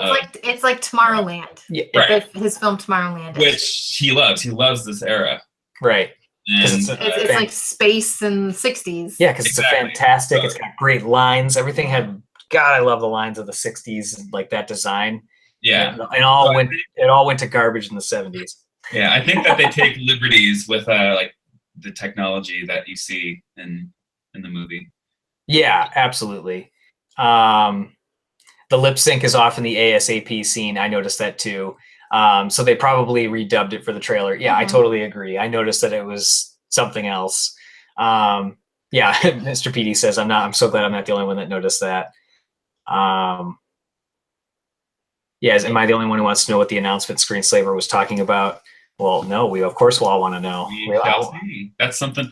That's the thing. We want it to be saved for the movie. I tried to read all these. It looks like it's like Corner Coat or something like that, and Trio something. So it looks like it's probably like 60s jazz albums. There'll be a post, Dan, by the way, about the 60s, so stay tuned. Awesome. Have you compared? Is this his same apartment, and does it look the same as it does in the first one? We have not done the comparison, but that's a great thing. That's a great thought. But you know, it definitely because it's right after the first one, so I wonder if like even the art and the wall stuff is in the same spot and everything. I don't think it is though. I don't think it is the same space, because in the last one he had no idea where his super suit was, like we talked about, and now he had to go digging. Like now he knows exactly where it's at. So it's almost but he did have that thing. It just wasn't in the spot. You remember it does spin around. Oh, that's right. Yeah. That's right. But then it was just missing, so then he was digging around and stuff. So that's right. I'll have to go back and look at that. Well, I'm going to go back and look at it first. Oh, okay. Well, please do. I'd like to know. All right. So here, let's see. So he goes and gets it. Right now. He goes and gets it, and then he hears, "Where are you going, ASAP?" ASAP. She says, "You better be back here, ASAP." That's so awesome. So it does look the same. Here, go back. I do have okay, hang on. A shot. So go back to when he's looking at the compartment and like the bookshelves and stuff. Right here. Yeah. It is differently. It's different in the sense that there's some things are in different places and some have a different look, but the ceiling's the same. It has those circle indents, and the square frame and that dresser to the left is the same. Okay. But the actual thing that spins, it looks different, and the bookshelf looks different. So it looks like they did a little renovation, but it's definitely the same room. Yeah. Okay. And when it spins around. Oh. Where you see his suit there too. Yep. Hang on. Like right here. Yeah, it totally is. It's the same there. Yeah, because it has the lights coming down, the 3 lights and everything. Cool. So yeah. Nice. Kendall says, I will probably see this in the movie theaters. Come on. You gotta go to the theater to see this. Incredibles 3, The Divorce of Frozone and Honey. Oh, I sure hope not. I'm rooting for them. Yeah, absolutely. I hope we see her. I mean, but it's kind of cool that you don't see her.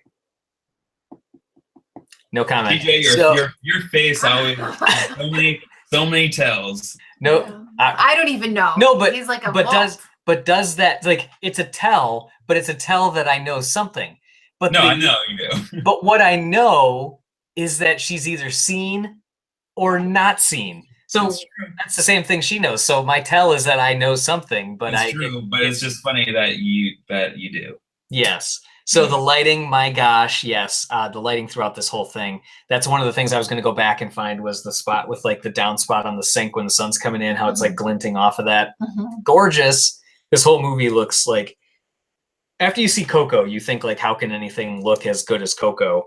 This looks It's different, though. It looks as good as Coco. Yeah, because I don't think it's like a step up. Coco was more colorful. Yeah, it's a different. Right, it's a different style for sure. This is, I feel like, almost like true. Well, Coco had true life stuff too, but yeah, I don't know. I feel like it's different. They both have that golden hour-y lighting throughout a lot of it, and then the twilighty. So it really sells the oranges and blues and purples a lot, which looks just perfect on film. Yeah. Man, And I do. Here's a question. As far as predictions, I do think it's going to hit the $1 billion club. I mean, Finding Dory did it, and I feel like people have been asking for this much longer than anybody was ever anticipating a Dory or Nemo sequel. So if Toy Story 3 can do it, Finding Dory can do it, if those 2 sequels can do it, I think this has a great chance. Yeah. So I already, so for Coco, I said domestically it would fall somewhere between Ratatouille and WALL-E. And it did. I'm going to go ahead and pat myself right in the back and say that it fell exactly between Ratatouille but and I said the exact same thing. I had the exact same prediction. I knew it was going to play out just right around Ratatouille. And that's exactly what it is. So this one, I already said this thing is by far going to surpass $1 billion. It's still going to take a while, but you got to think if Dory's going to do it, this is going to do it. Yeah. Now Dory has one thing over The Incredibles, and The Incredibles has one thing over this. Dory has an insane family-friendly connection that Ellen DeGeneres pumped and advertised for 6 solid months or more. I mean, she was pushing it for years, but once it was announced, she was doing everything. And then she had like a Dory week. I mean, she talked about it. I mean, I love Ellen. Yeah. She talked about it on her show like every day. Right. So, I mean, there was a lot of advertising and pushing there for that audience and demographic. That is the mom that has kids is one of their strongest audiences. This is true. So with The Incredibles, you have another audience though that kind of can come up. You're still going to get those people that have kids, the moms that have kids and all that kind of stuff. But now you've got people that like superhero movies too, which we know those make a boatload of cash. Because when this came out, the hype for superhero movies was super minimal. You had 1 or 2 X-Men movies. You had only 2 Spider-Man movies at that point, and that's it. And now you have all these new comic book and superhero fans that are going to want to see a new superhero movie, even though we have plenty, but they can't get enough of them. And so you have all those. Then you have all the people that were kids when they saw it, and now we're grown up, and so we're excited. And then you have all the people that were kids and grew up and had kids who are excited to bring their kids now to it. So, I mean, already we're like, it's a generational thing. Right. 14 years makes a big difference. And I mean, Minions got up there to $1 billion. I think this is going to be like, I think it's going to be in there. People are, how's Wreck-It Ralph going to compete? I mean, it comes out of Wreck-It Ralph was a great film. I think Yeah. Wreck-It Ralph 2 is going to make more money than Wreck-It Ralph, the first one. Oh yeah, but not. I don't think it'll do more than Incredibles though.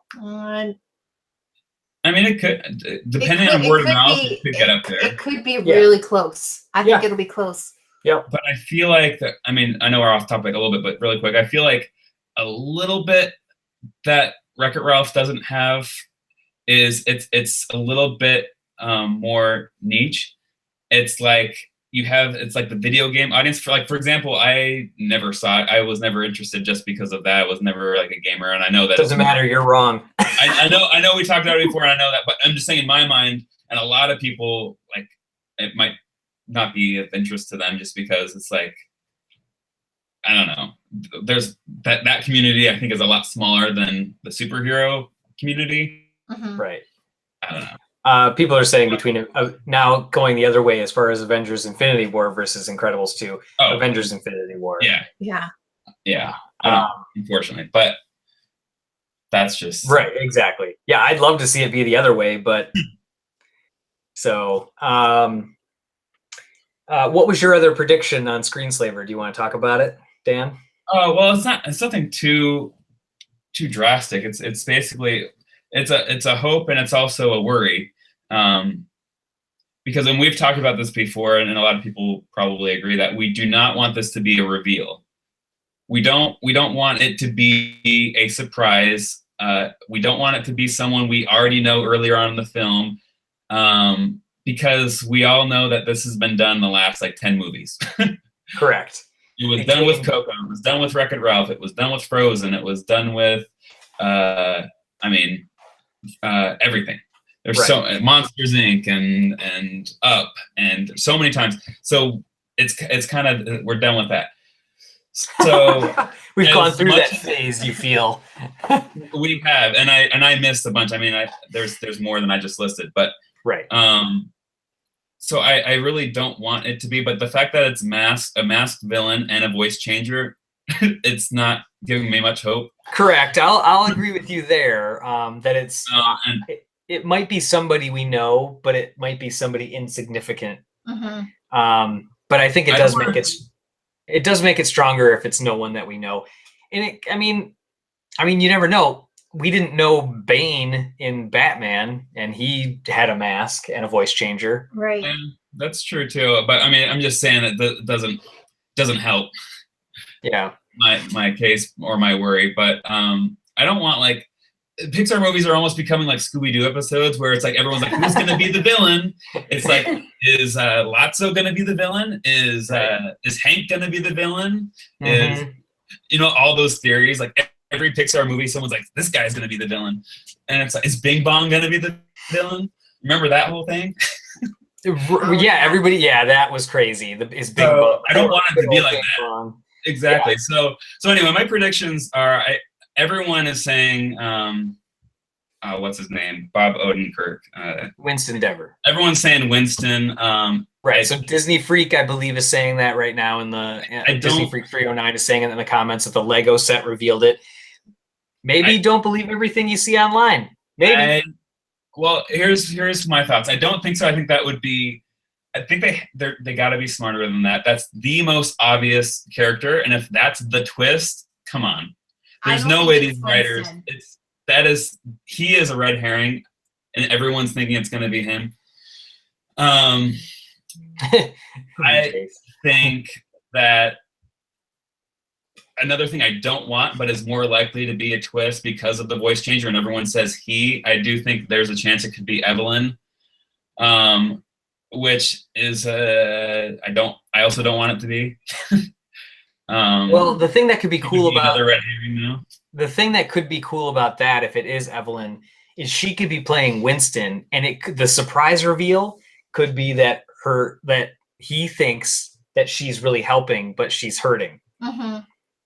So it could be a surprise. So that would be cool. It could be a surprise reveal just to Winston that he's like, "Oh my God, my sister."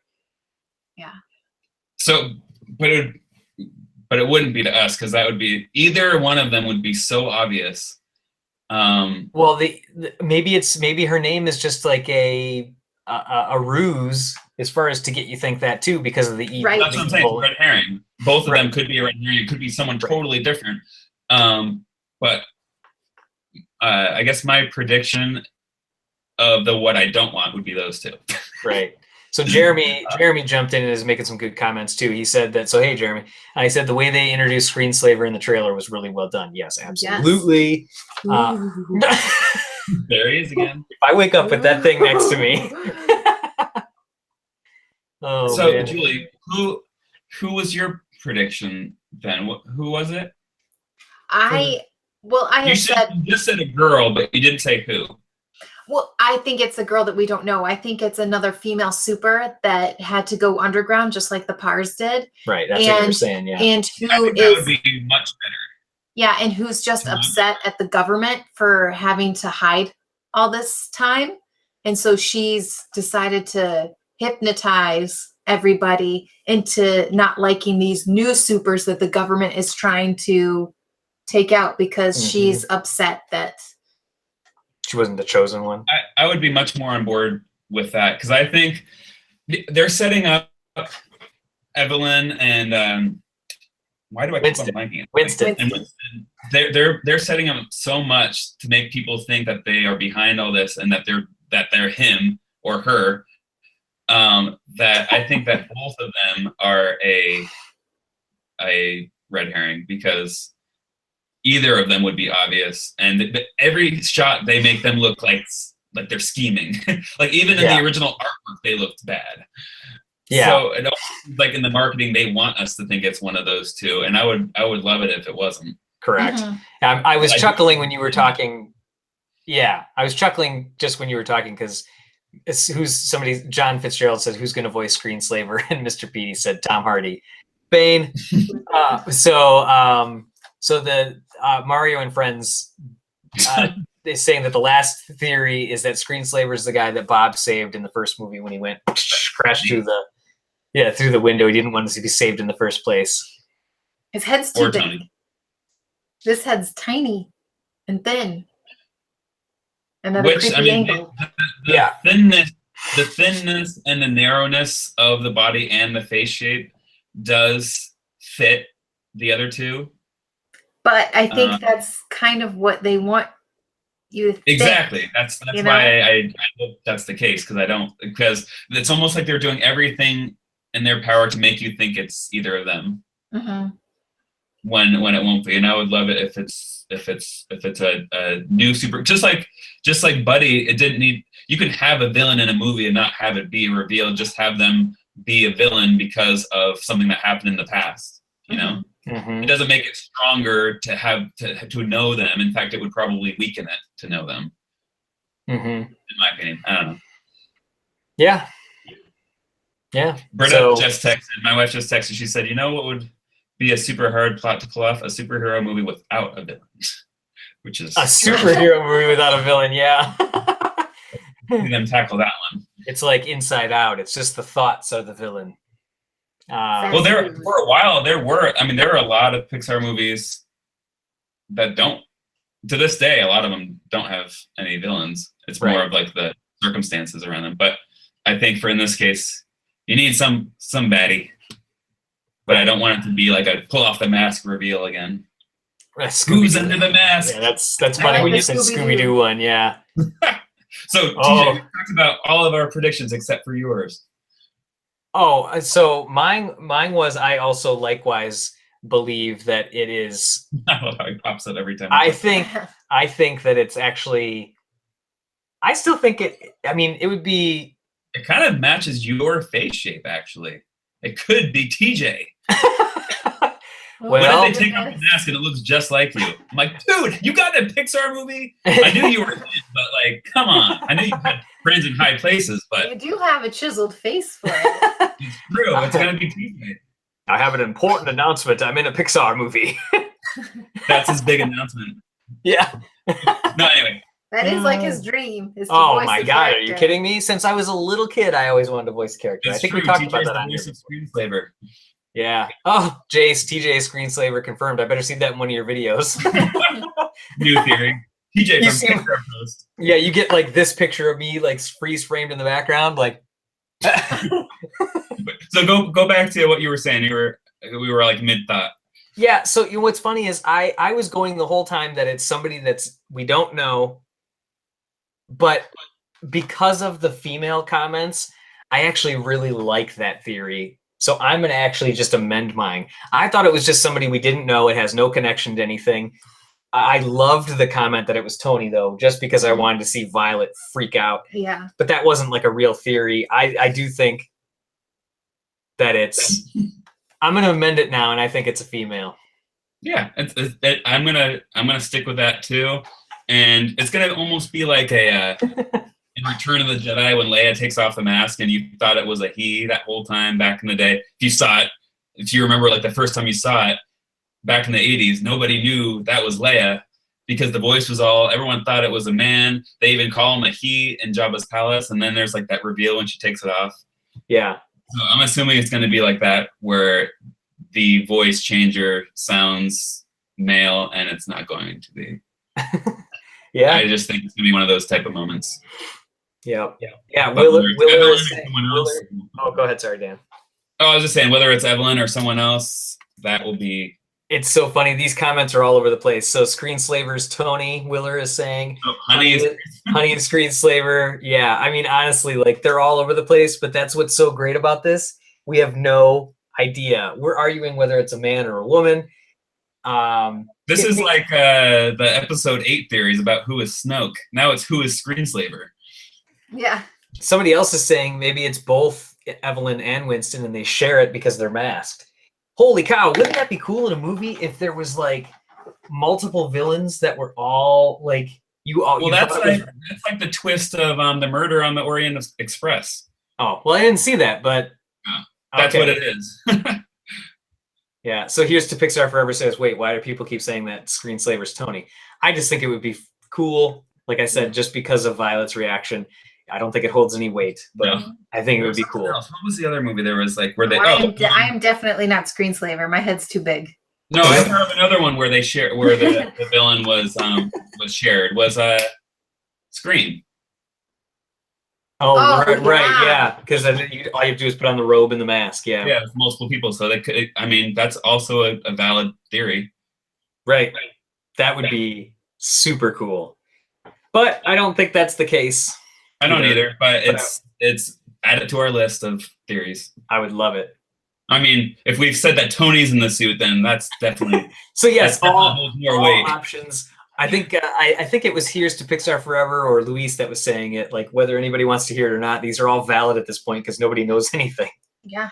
That is true. It's funny because I was thinking how predictable it was a few minutes ago. Like, oh no, it's just going to be one of these people we know, and they're going to reveal the mask. But now I realize how unpredictable it is because nobody knows in this chat, and nobody knows. Right. You don't know, I don't know. So obviously, I guess it's not predictable. Yeah. But if being one of those guys, then I guess it was predictable because that's what we're saying. So I don't. So we will see. Oh, that's kind of deep. It's predictable, but if it's not, it was. I feel like I'm getting hypnotized over here. Chew on that for a little bit. So now that I have your attention. Now that I have your attention. Now that I have your attention. So the Red Hood from Batman shares a mask with multiple people as well. Oh, and there's the Batman thing again. Yep. I'm telling you, I feel it the whole way through. As soon as we watched it together this morning, we were like, oh my gosh, it's Batman. Yeah. And I was like kind of watching like this because it freaks me out. Yeah, it's creepy. Well, here's a question. Did you ever get Batman vibes from the first one? No. It's just this character. It's the darkness of all of it that feels more like it. Mm-hmm. And This feels like a more, not that it's not an adult film, but it feels more like a live action film. Yeah, it feels animated. more like a live action superhero film versus. Yeah. And with so many superhero movies out now, I mean, countless since Incredibles came out, I feel like there was pressure to make this one stand out and to really get creative with ideas that we haven't seen, because a lot of ideas for superhero movies have been used in the last 10 years. Sure. There's only so many you can go with, so I bet the pressure was really on to like, how can we put a new spin on this and make it stand out? Yeah. I've been a Batman fan since 1989 because I remember when I walked out of the theater out of the very first time, and I freaked out about it then, and I can't believe it didn't freak me out then. I saw it then too. Sure, half the people that are in this chat weren't even alive then. I saw it. So how old was I? You were 7. 7 or 8. Yeah. Well, you were. In 5 minutes, I'm gonna be old. Hey, yeah. Tomorrow it's Julie's birthday, so everybody wish her Wait, happy like in birthday. 5 minutes, it's your birthday? Yeah. 5 minutes is my What? birthday. Yeah. You get to be happy birthdayed by like how many, like 100 people right now in 5 minutes. That's so exciting. Yeah. I'm in my 20s. Of course. Sure. Yeah, she saw Batman in '89. That's true. Dan just got that one delayed. Yeah. No, I'll be 36 in So 5 minutes. Mario and Friend says Screenslaver's giving him an Arkham Knight vibe. Totally. Yes. So let's see. And who do you think's the better character design, Screenslaver or Syndrome, design-wise? Syndrome at this point though has been with us for 14 years. He's so iconic. That's true. It's hard to compare him right now. You think that's a better design of a character? Yes, because this is like You're going on the creepiness factor because it's giving you the heebie-jeebies more. yeah. So yeah, look at all these happy Yeah, thank you birthdays. for all the birthday Look at wishes. this. Happy day of birth. Happy day of birth. I'll say that to you tomorrow. Oh, Yeah, happy day of birth. Bring Well, out the You can say it closer to to your my 40s than I am my 30s now. yeah. I've said this before. I can say it again. Both of you, literally, if I didn't know, I would think like 26, 27. So take Awesome. that. Thank you. You I'll would go with never, it. ever know if you'd never mentioned it. So from Magda says you're very cute. Oh, thank you. So from the you see, I'm always wearing hats. You're not getting the receding hairline, and you don't pay attention to the gray goatee. But yeah, Well, that's all we see is the hat. So that's right. we don't see what's under that. I don't have the wonderfully coiffed hair like Dan. Oh, thank you. Me and Syndrome. Jace says happy 21st birthday. There you go. Yes. If So- only. If only. Oh my gosh, I know. We met. I We're wasting 3 minutes now until this comes at midnight. But Happy 21st birthday. yeah. yeah, We've been together since I was 17, so we've been Mhm. together more than half my life. yeah, crazy. Yeah, when me and Britta are 32, we will be right there with you at the half of our The life. half and half. Yeah, Perfect. we got. Oh, so actually, this is a good thing while we're using our last couple minutes. Yeah, wasting time. I want these next 2 minutes. But yeah, what Alice says relationship goals. Yes. Yes. So what do we think? Oh, are you gonna have an Incredibles cake? Oh, you know what? I am so caked out. Yeah, we've had a lot of cakes recently. Yeah. Her mom has like a major obsession with cakes. With cake. So And- anytime we get together, and she lives a mile away from us. So Buys them all the time. Easter, then our son's birthday. Our son had like 4 birthday parties, and then we had Right. like 4 Easter celebrations. It was like cake and everything. So no I just want jelly beans. So how about cookies? No, I just want jelly beans. jelly beans. Oh, but in honor of Incredibles, cookies would have been perfect. Oh, that's true. Yeah. All right, But so jelly beans is cool too. let's talk about Bao. From the 20-second clip that we've seen, I've seen the whole thing, so I can't say a darn thing. Yeah. So from the 20 seconds we've seen, what did you guys think of it? Dan, go first. Okay. So when I first heard the premise and I saw the concept art, well, first I first saw the premise and I was like, that is strange. Right. How are they going to pull that off? Because that's weird. Then I saw the concept art and I was like, okay, that's cute. Then I showed Britta, I'm like, this is adorable. And then I saw the clip and I'm like, okay, this is strange and adorable, and they are pulling it off, so kudos, and I can't wait to see the rest of it. Yeah. Mhm. So Yeah. that's my thoughts. Strange and cute. I mean, it's a weird concept, but I mean, if they can pull it off, I mean, Pixar's the one to do it. Yeah. Yeah, I liked the reactions that the mom gave when she heard, Mhm. like she was just like, but like wide-eyed. Yeah. The noises that the little dumpling Oh, the little baby crying. makes. I was like, I wanted to cry because I felt like, oh my gosh, because our son, just recently turned 4, and I'm just like, I forgot about those little noises. The little teeny cries Just and the everything. little- Just the little coos and everything, and I was just like, Oh, you're getting happy birthdays now. There we go. It's official. Happy We're birthday. here. Happy birthday. it's official. 21. You're an adult now. Yeah. And Britta says, "Happy birthday!" Oh, thank She's in the room next door to you. I know she can come in and say it, but I'm 36. Yeah. I did. We talked about it. She's like killing me. Oh, Mr. What was Petey, you're like over in Europe, aren't you, Mr. Petey? So Yeah, you're he's like in the UK, I think. yeah. So you're Is it? you're in the future. Isn't it? What, Oh, she 6 just- hours? Is it 6 a.m., 8 a.m.? I don't Yeah. remember. I don't know. Britta sent this cake to go along with her happy birthday message. Aw, Aw. There you go. thank you. Oh, it has a J on it. Oh, perfect. There you It's go. just backwards on the screen. Right. So yes, so he's saying that yes, it's 5 a.m. in the UK. Holy cow, you are dedicated. You got up at 3 in the morning to watch this, or stayed up. Yeah. must Same like for Willer. Willer, you're in the UK too. Man, oh man, you guys are up early. Why are you up so early, or For us, or late, depending on which way So you look at going it. back to Bao, Yes. something I talked to you about, which was adorable, which I caught on the second time I watched it, was how the nose appears with the sneeze, Yes. Mhm. which was super cute. And then, like, obviously everything else comes out after that. But when I first watched, I'm like, wait, he didn't have a nose, but then he did. Wait, when did it come up? And then it comes up with the sneeze. The second thing I wanted to say was our friends that, and I've talked about it before, that are in living in China right now.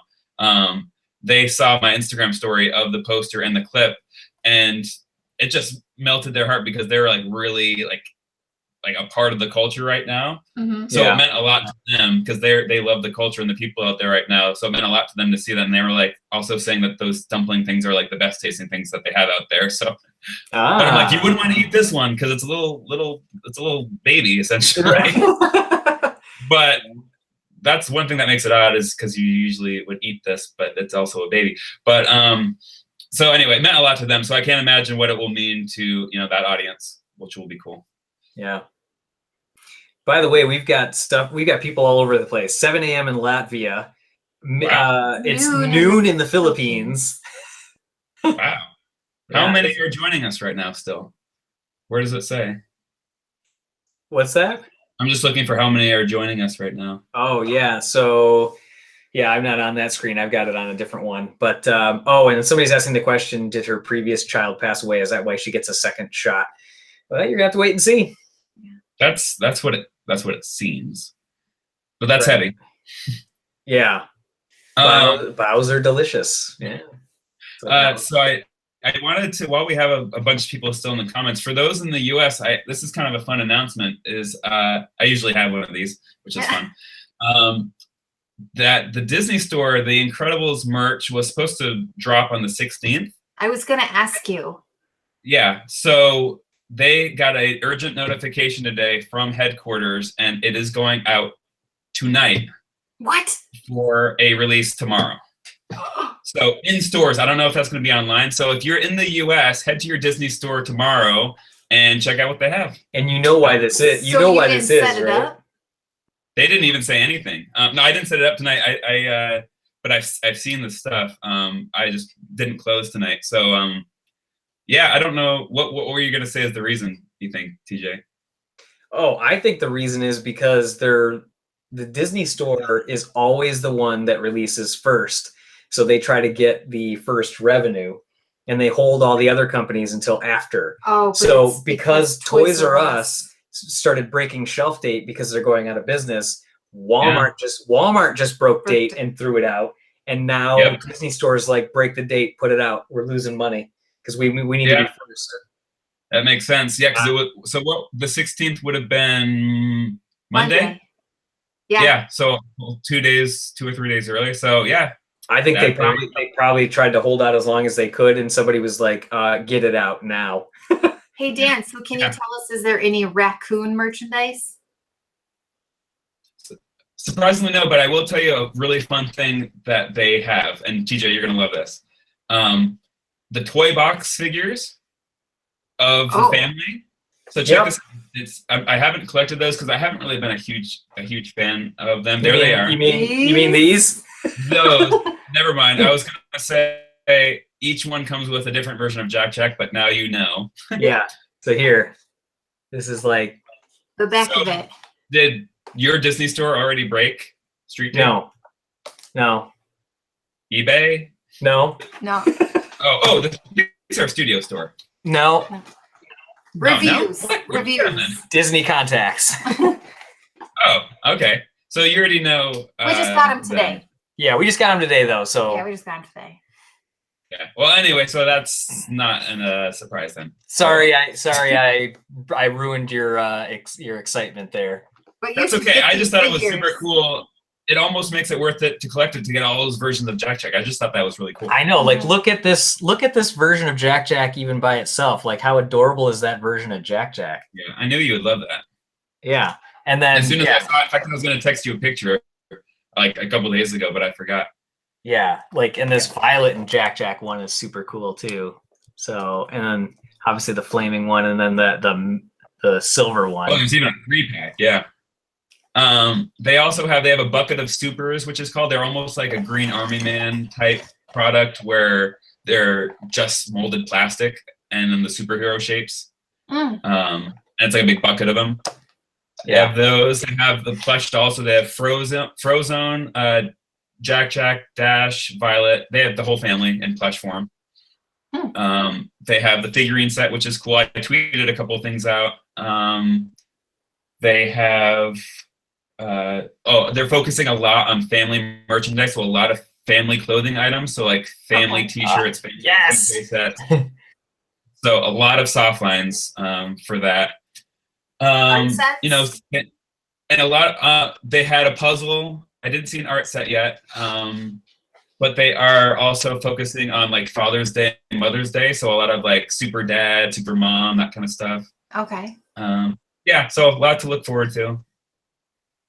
Awesome. Yeah. Yeah, that's great. They had their own version of the Talking Incredible doll, kind of like the Thinkways version. Very similar. Yeah. I guess we'll be making a trip tomorrow. Well, like you said, or it's give them online. a call first. Oh yeah. Yeah, because it could be What's just that? online exclusive. Because didn't they do that? They did that with Coco. Oh, where, no, they're setting the stage tonight. Oh, okay. Yeah, it's like in store tomorrow. Got it. Then, Yeah, they at least ours got the urgent message. So give them a call before you go though, just to confirm. But Yeah, ours will definitely be in the area. Yeah. Because Call me. I think our store and your store I think are like the same distance, about 40-45 minutes away. Exactly. Yeah. So if you're that far, definitely confirm first. Yeah. Yeah, so Jace is Because asking. some of the stores might have not have had time or plan to even execute that yet, but ours did. So Right. So Jace is asking, are there any new characters that we're aware of that are hitting in the toys? Like, are there any of these like other supers like Void or anything like that? no, not at the Disney store. I feel, but they also said that in May more things are dropping in May, and then on the release date of the film, like usual, more merch will drop. So I think Thinkway, Jack's Pacific, and Disney Store are all focusing on characters that are like continuing forward from the first film, like all the basics, like the family and Edna and all that, and Frozone, and Right. very little so far of actual like new characters. And I think those are going to come later on. Yeah, so this has been out there, but Yeah, that's really the only one so far yeah, just that I've seen. this is kind of like the only one that's been like out there. I just found that at Toys R Us today. Yeah. So And that Yeah. line, like I've said to TJ off air, but that Junior Supers line is supposed to have a lot of the new characters down the road. So look for that if you want a lot of those new characters. So and as well as like the little blind boxes that I've reviewed recently that TJ also picked up. Yeah. Those are also supposed to be getting more new characters. So look for both of those. I'm sure they'll be coming. yeah. Of course, you know, Dan. Well, I think the reason is like these characters are already established and the movie's not out for another 2 months, so they're like focusing heavily on these like continuing characters from the first one, like the ones that everyone knows. And then closer to the film, people are gonna want the new characters that they see. So it makes sense from a marketing standpoint to just focus on ones that people know, like the Underminer and Edna and Dash and all that. Yeah. So that Jace said he saw in the Disney Store preview that there was the raccoon fighting Jack Jack toy set. Oh, So there's yeah, that is true. There is that thing. So to Yeah. answer your question, Julie, yes, there is. A Yeah. I totally I bet forgot there'll about be a that. plush I'm not raccoon down they the didn't do road. a plush one yet, but I can almost guarantee that's gonna be one that is made. Oh man, yeah. They do plush everything. I love that. I mean, obviously we like plush. Right. See our son's room. Yeah. Yeah.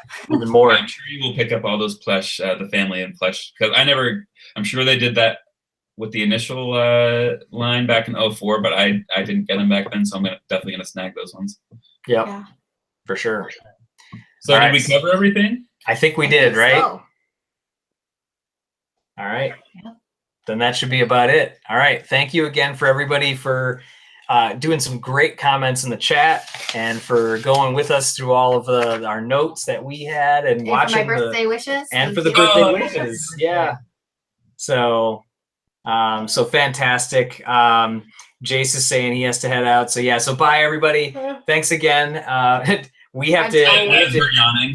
Yeah, exactly. Good Bye. thing it's Good night, weekend. Alice. Disney Freak 309. All right, we'll see everybody later. Until next time, we'll be having another one of these if there's another trailer, and then obviously, certainly once the movie comes out.